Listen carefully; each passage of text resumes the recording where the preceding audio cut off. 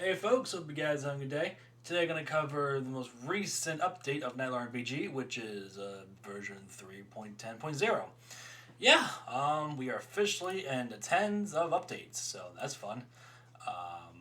Yeah, I'm quite shocked that we actually made it to 10 updates. Since this basically means that we had 10 updates since we had more over. We had about 10 full updates since the rework was released, all the way back in January. Which holy shit! Come to think about it, it's literally like it's already been like 10 months since that game it's been released. God damn, time flies.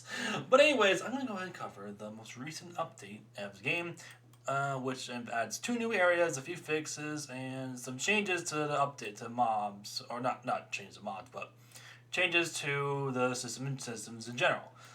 Please don't mind the goblins walking. Wow, very. That's interesting. I'm not sure. But yeah, please don't mind the mods walking a lot. I guess that's just how they are. But yeah. Anyways, I'm gonna cover the Anyways, this update covers a lot of stuff. But I think the most notable of them is the new expansions that I've added to the game, and it is the two new expansions, the two new areas in this game, which is the Hall of the Forgiven and Ruins of Cloudia. Now, Ruins of Cloudia has been made by a fellow made of mine, Speed Joyce, who unfortunately kind of had to disappear due to other things that happened previously in his life. He kind of just felt like it was time for a change, which is understandable. And also, Speed Joyce watches. Just want to say, hope your change. Hopefully, wish you luck on these changes and improve your life. But that's about it for him. But yeah, and thank you very much for submitting Ruins of Claudia back in 2024. It's finally in the game at long last. But yeah, Ruins of Claudia has been a concept for a while, but has been into the game until now. Hall of the Forgiven, I've made this area myself, and I feel like I kind of wanted to give it its more. I kind of had a concept for it, and I guess it went pretty well with the concept, but yeah. So those are the two areas of the most recent update. So let's start off with the Hall of the Forgiven. So Hall of Forgiven has three areas. Or no, it has two. It doesn't have okay. It does have three subparts. It's only combined to one part. It has one mob, one boss, and one mega boss, which is basically the spawn boss. So the Zero Soldiers are the first mobs in this game in this update. These guys have 224 quadrillion levels, and have 2.57 million HP, and you can clearly tell they're pretty enemies to take care of. I mean, at this rate, they're just mobs, nothing really new there. But yeah, there's that. And then we go over to this interesting place, which I kind of really enjoy. So I kind of based off this idea of I based this area off of a concept called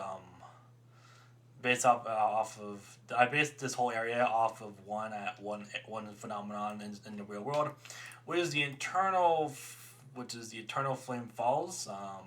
Basically, the idea was that there's a waterfall, but there's also like a flame that has never been put out and stuff like that. So that alone gave me the idea for this area, and that's pretty much where this fire comes in.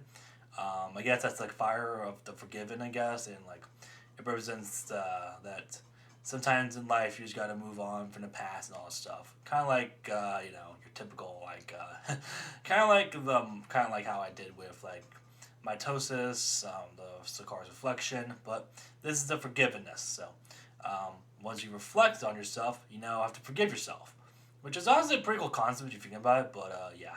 Anyways, that's that. So let's go ahead and cover the.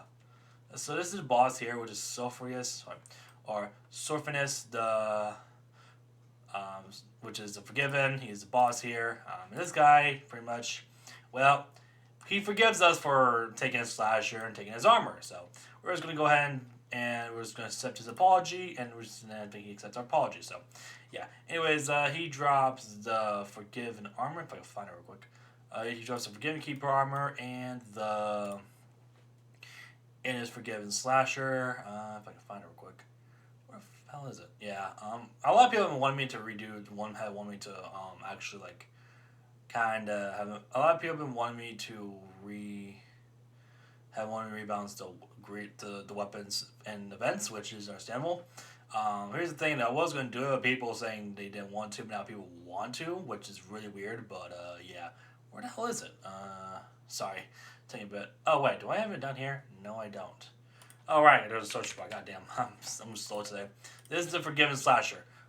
Pretty cool weapon. Deals 800 quadrillion damage, and if you keep armor, has about 1.23 quintillion health points or HP. So pretty cool. And all that stuff. I'm just gonna kill these guys a bit more just for hell of it. And there you go. So yeah, this area I think requires about 200. I think 200 quadrillion levels. I might be wrong. Or was it 190 for 90 quadrillion? I think it was something like 190 quadrillion. Also, you may notice that the kills and levels thing is a bit over. The level of the kills and levels, they're a bit swapped. I'm not sure why. I'm gonna try not to fix that. I think I might modify something by accident without realizing. But yeah. Anyways, this requires 1.190 quadrillion levels. So that's the whole for Forgiven. So the boss is based off of the Goddess of Peace and stuff. So be sure to take a look at that when you get a chance. Anyways, next up is Ruins of Cloudia. So Ruins of Cloudia is an interesting area. So yeah, it doesn't really look like the best right now, but I feel like the atmosphere really kicks it in. So I decided to do the atmosphere myself. I feel like the atmosphere definitely holds up. I feel like it gives off the vibe of like, okay, but basically it's off the vibe of like war and like I don't know, like the final stand of nature itself. This is basically Ruins of Cloudia. Ruins of Claudia's concept comes from speedroids who wanted to see like the original like game where we wanted to see like, or basically like there would be a war between Mistox and some other person named Flamius or Flame Mortis. Why did I say Flamius? God damn. I was thinking about Faldius, but no, it's Flame Mortis. Flame Mortis is the mega boss that spawns here. And he basically is the last person. He's basically been at war with. He's basically the enemy of nature, and basically is like typical person that just wants to see the world burn. So pretty much. So that's that. And now we're gonna, but yeah, and then we got the mobs. So the first mob is a flaming grass zombie. Pretty damn interesting mob. They look red. They've probably been rotting away for the longest time. But hey, I'll say one thing though: they have touched grass, and you probably haven't. So please take a break and touch some grass when you're done with this video. But yeah. Anyways, flaming grass zombie. These guys have a chance of dropping a weapon, which is Undead Grass Burner. And as you can tell, the Undead Grass Burner, well, you guessed it, it motherfucking sets them on fire. Luckily, it doesn't set you on fire. That was that nice enough to do that. My fucking god. But yeah, that's the Flaming Grass Zombie. And yeah, next up is the Charred Rock Warrior. These guys don't drop any weapons, but they do drop an armor, which is a Charred Rock Armor. And holy shit, I actually already got that. And this is Flame Mortis is the boss, not the. Oh, that was awkward for me to say. Okay, no, Flame Mortis is the boss. Fumis is the mega boss. So that was embarrassing. Anyways, but yeah, Flame Mortis is the Sun of Destruction. Fumis is the enemy of nature. So yeah, the lore is that they are trying to take over the grass, I guess, and once you touch grass, I don't know. Oh yeah, and here's Speed Droids. Saying hello. You just made they made a map and no quest and all that stuff. So yeah, typical credit stuff, I guess. But yeah, just because he wanted, I guess. So I just put sign Excalibara sign and put it there. So yeah, nothing really much to say there. So and then next up is the Flame War Sun of Destruction. His weapon deals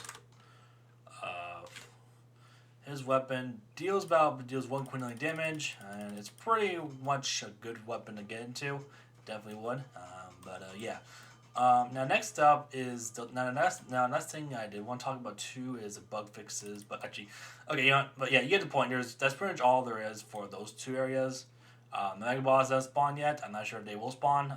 But one of them is the God of Peace, and one of them is Fumis, the enemy of nature. So, take that as you will, I guess, at this rate. And then there are the next few things, which are, let's see here. This is an interesting update. You may notice that, apparently not. Okay, so you may notice there is a big E right here. Well, you'll see, and this is the new thing I've been talking about recently. You may have noticed that the keys are gone. That the keys that you guys have may have disappeared. And you may be wondering why the hell. Well, one of the updates I decided to do was I decided to put keys in other tools that are only used as requirements for certain areas, such as the key of the Netherland Fortress, Sunflare Fortress key, the the the 1 billion, 1 trillion, 1 quadrillion holder sword keys, and the Space Key card. All those weapons, they're all in their own new area. They're all in their own new type called essentials. And it'll tell you what they basically are for, because I'm getting a lot of questions asking, what is this key for? What is this key for? What is all these? What are these motherfucking keys for? And all that stuff. So, yeah. I've been getting a lot of questions on that, so I decided to make it a bit more easier for y'all to check out which of the weapons have their own essentials and stuff. So yeah, that's pretty cool. Another thing I also decided to add too was music zones in Knightlordian in Redcliffia and Splintered Heavens. You may have noticed that most of the music here has been that the music zones have their own different type of areas. I'm not gonna show it because YouTube's gonna copyright me, but I will show you the music. I will actually unmute, but basically I have the Discord. But basically I have the Discord music can't be heard. But basically you'll see that with the music, music changes depending on any area you get. So yeah, it's cool. Yeah, so you'll basically notice that Redcliffia and Splintered Heavens now have their own music zones, which is pretty damn cool. Now the last thing I want to talk about too is a few fixes that we went through together. The Poison Claw Tanker has been rebalanced. The Grass Valley Armor has been rebalanced. Let's just make sure I wasn't kidding on that one. Yep, I decided to rebalance that one after so fucking long. Bro, that shit took way too, bro. Someone got through Warrior Town and left with just because they were able to touch grass. That is fucking insanity. if that's not insanity, I'm not sure what is. But yeah. So I'm gonna close that out now and all that stuff. So, oh my god, it's so fucking insane. Touching grass and you really. Dude, the point of these RPGs this way is just so you can beat grass. Not just beat grass, but also touch it. And you're basically beating the game by touching grass with Grass Valley Armor. That's fucking ridiculous, but insanity too. Oh my god. No words can describe how much you guys need to touch grass. Like, you guys need to touch grass more. Okay, I'm gonna be honest. I need to touch grass more. I need to get Grass Valley Armor more. I need to get 100 of these Grass Valley Armors so I can touch grass and be more satisfied with my life. Like seriously. Like, you know, just being honest. But yeah. Anyways, there are also another thing I also fixed the Excalibara Caverns level door having your own requirement. That's also been fixed.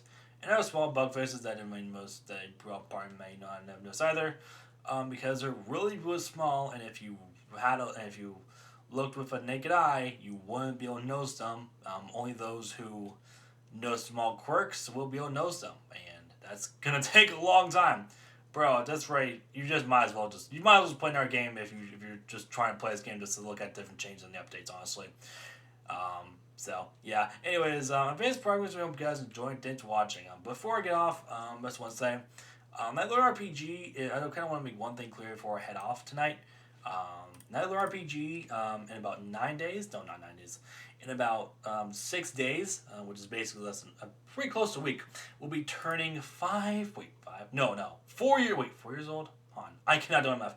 Give me a second. Okay, so I had to calculate that shit. Anyways, what I was trying to say was, in about 6 days, Knightlordian RPG will be turning 4 years old. 4 fucking years. Oh my god.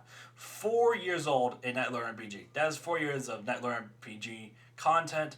4 years of all this stuff. Oh my god, that is fucking insane. But yeah, 4 years of all that. I just want to say a huge thank you so much for for keeping me up to date with this, or how you support, or even thanks to the people who've been wanting to see more content on here. It really means a lot, honestly.